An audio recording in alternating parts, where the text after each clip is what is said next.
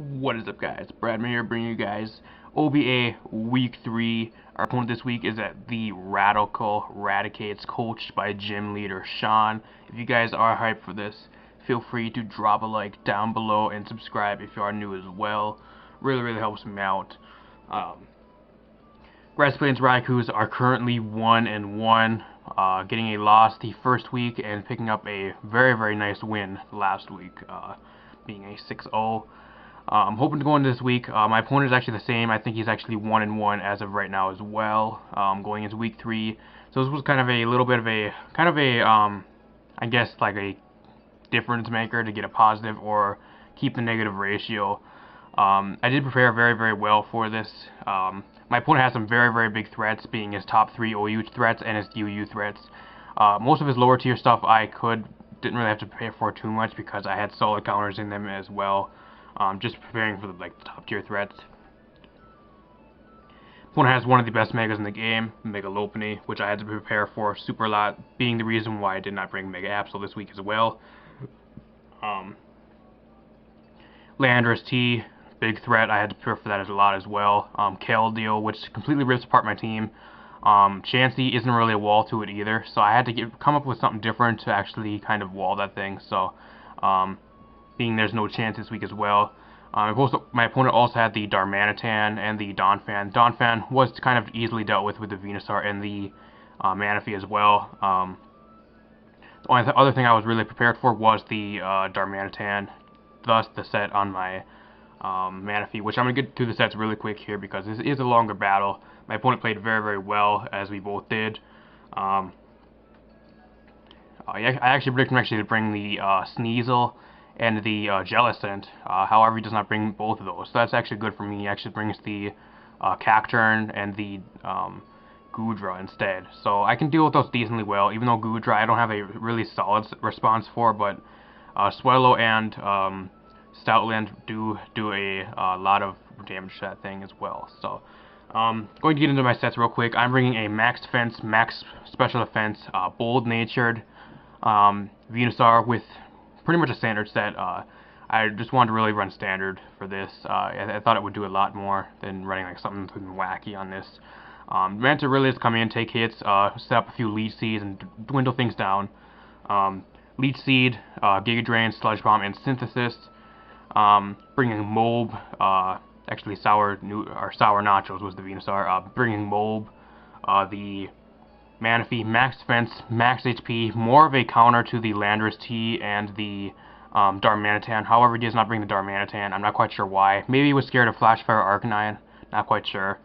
However, I think Choice Scarf would have really ripped through this team if he would have brought it, barring against Manaphy, which was my solid counter for that, and the Landorus T.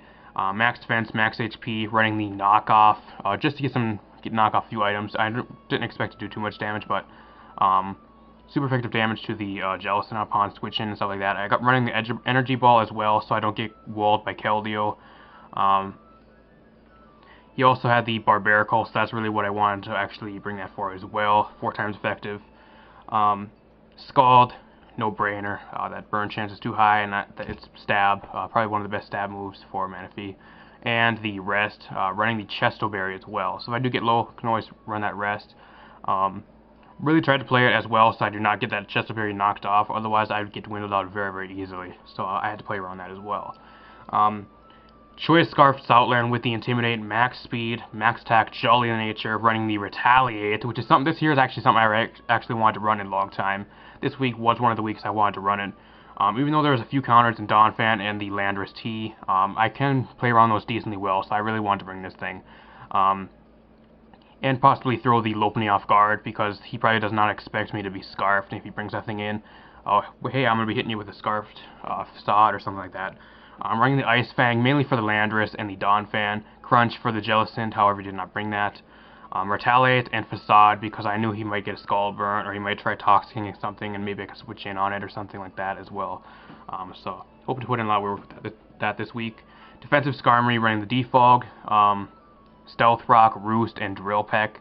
Kind of a standard set. I need a Defogger. Skarmory is the Defogger this week. Max defense, max HP. I think it's Impish. Offensive Swellow, I almost was going to run Hidden Power Ice for the Landorus. However, if he would have run Scarf Landorus, it would not matter anyways, which I kind of predicted him to actually bring. Just because the Absol and the Cresselia and stuff like that, running a Scarf really gave him a lot of switch initiative and a lot of momentum if he did bring it Scarfed. So that's what I kind of predicted. Thus, running this set I did, I had pretty much normal Swellow set for the Facade, Protect, U-Turn, and Brave Bird. I'm hoping to put in a lot of work, max attack, max speed, Jolly. Special offensive Cresselia to deal with the Goodra if he did bring it.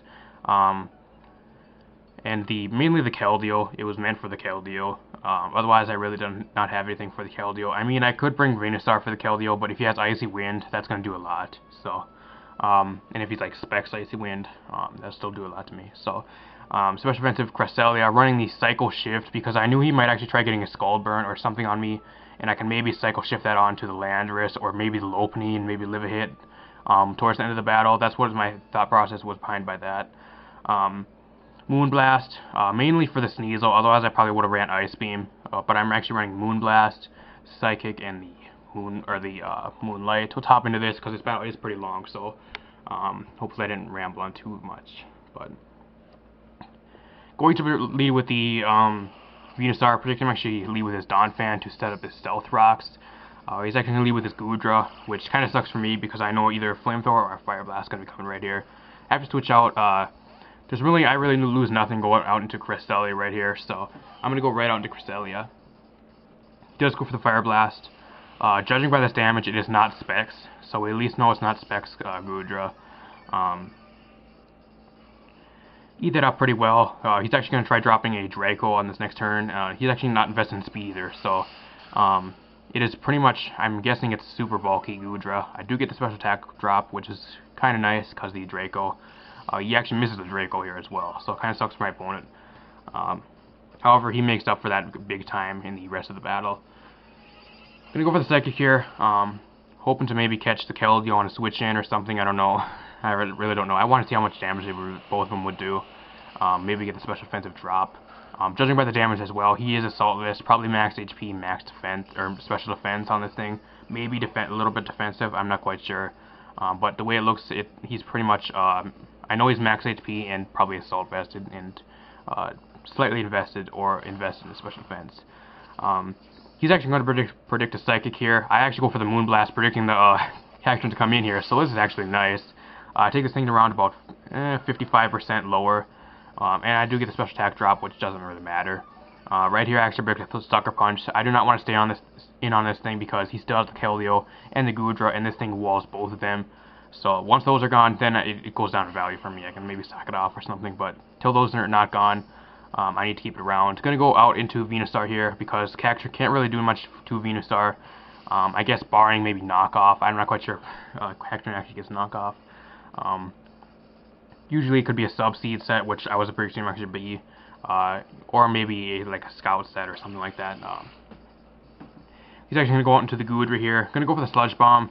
I actually ended up picking the Poison right here, which I guess kind of is hacksy, but again, 30% chance to pick up a Poison. It's always going to happen one of these times. So, going to switch out here. Going to go right out into Cresselia again. I didn't lose nothing going out into Cresselia here. I cannot talk. Cresselia. He's going to drop Draco from neutral. Let's see how much this does. I was wondering how much this really would do. We're eating that shit up. Really eating that shit up. Cresselia is a complete beast. Switching in on all that shit. That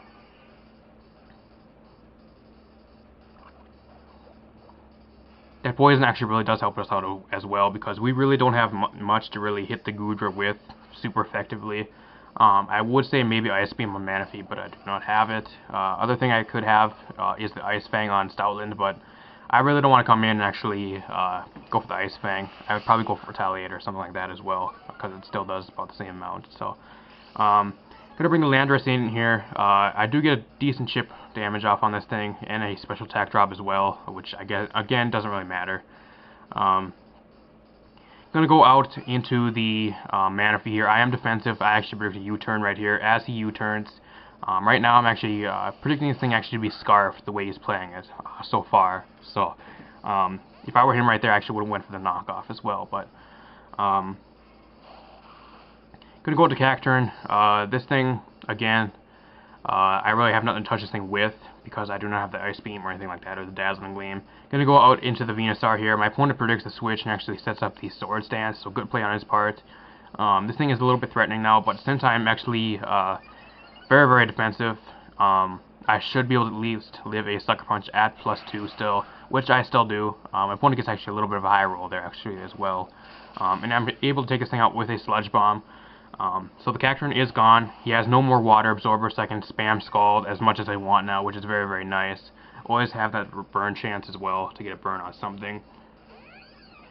Have to sack the Venusaur here. Even though it could put in a lot of work against the Donphan, I have really no switch in for this thing, and if I really want to get this thing dwindled down, I can always bring my Stoutland in after this and go for the Retaliate, which will do the shitload to this thing, actually pretty much kill this thing if he's not if he's fully offensive. So my opponent actually predicted a switch out into I'm not quite sure what he was predicting there, maybe a switch out into Skarmory or what, but I actually end up getting a Giga Drain off on this thing, so now 100% a Retaliate does kill from this range.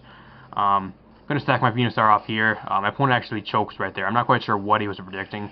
If he was predicting the Stoutland to come in, there's really no way I would go into Stoutland there. Now I'm going to go into Stoutland here, Fate and Arms.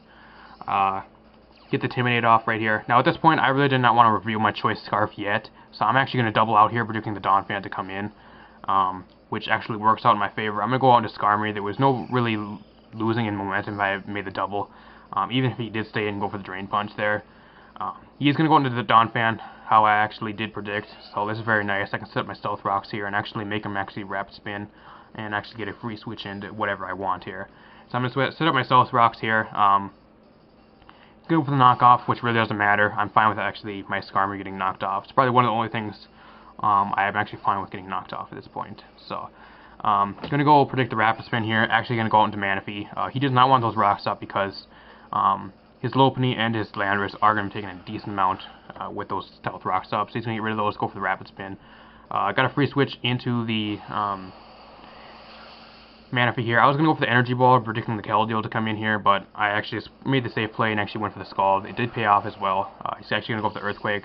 Does not do too much because I am defensive, and I'm assuming he's actually defensive, Donphan. Going to go for the Energy Ball here, at least in case he wanted to save this thing and actually went out to Keldeo. So that's the reason why I did it right there. The crit did not matter. It would have taken out anyways, so did really on like 45 to like 50 something %. So right here, I actually would have went out into my Lopunny right here. I'm not quite sure why he went out into Landorus. Earthquake isn't going to take me out, so going to go for the rest here. Get the Resto Chesto off because I am getting very, very low. Again, I'm not quite sure why my opponent went out into Landorus unless he wanted to go in and get the U-turn off, but if I were him, I would have went out into Mega Lopunny, put some pressure on with the Return and the Rain Punch. Unless he did not want to risk the Scald Burn or something like that. Maybe he thought I had Dazzling Gleam still. Going to go for the Scald here. He's going to go into Goodra. This is going to do absolutely nothing. But with the Poison, we're slowly taking this thing down. So that Poison was very, very lucky on my part. Probably one of the only things that can dwindle this thing down decently. Going to switch out here. I do not want my Manaphy going down quite yet, just with the Landorus and the Lopunny still being there. He actually packed his Thunderbolt as well. I actually thought he was going to drop a Draco. I was like, okay, Cresselia can take one Draco, so I can switch in on a thing I know outspeed. I can sit and stall him out until he has to go down to -2 or -4. So, really did not expect him to actually save this thing. I wasn't quite sure what he's going to plan here. I'm actually going to go for the Psychic here. I think the Psychic of the Moonblast. He actually goes out into Lando, which, again, this thing is taking a lot of chip damage. So, I'm fine with all the damage I can get off on this thing because I do not have much for Landorus, barring my Manaphy. So, if it is Scarfed, it will outspeed my Swellow, and that is very, very bad. And if it also is Scarfed as well, it will outspeed my Stoutland, and it possibly has Superpower. So, I'm going to predict a U-turn, go out into Skarmory. He actually does go for the U-turn. If I actually predicted a knockoff as well. Either knockoff or U-turn. So, opponent makes the safer play and actually goes for the U-turn there. He's going to go into Lopunny here, which I really didn't know if this thing had like Fire Punch or like Thunder Punch or something for me. He actually has Healing Wish. I was like, okay, I'm fine with this. I'd rather deal with Landorus more, or if he wants to fully restore the Goodra. I was like, do I get a drill pick off here, or do I set my stealth rocks? The stealth rocks were more important to dwindle down the Landorus, so I'm going to go for the rocks, and if they, the Gouda J come out again, without the Healing Wish, it would have went down to rocks anyways, so I would not have to worry about it. However, he did Healing Wish here, so, this is going to be at full again, and actually have no poison, so, but I actually rather deal with this thing than the Megalopony, because Megalopony, once my Skarmory and my Manaphy is gone, it pretty much rips a hole in my team. I guess barring Scarf Stoutland, but I'm gonna go for the Fire Blast there. I actually break the Draco. Actually gets a crit there, which again doesn't really matter. I outspeed this thing. I can stay in here all day and stall this thing out. Gonna go for the Moonlight. If he wants to drop a Draco, he can go right ahead. If I were my opponent, I actually probably would have went out into the Landorus right there. Gonna drop a Draco. Again, I can eat this up for days, barring I guess a crit, but even for a crit would not kill me from this point. He's at -2 here. There's no reason for me not to fire off a Psychic or a Moonblast on this turn, because he has to switch out here, otherwise he's gonna get stalled out and take a lot of damage. So, if one does switch, he's gonna go right out into Landorus again. Keldeo has not yet hit the field, so I'm wondering if he's running double Scarfers, which was one of my fears as well, if he runs Scarf Keldeo or Scarfed Landorus T both on the same team. Psychic barely misses the Oko, or the knockout right there, not an Oko, the knockout.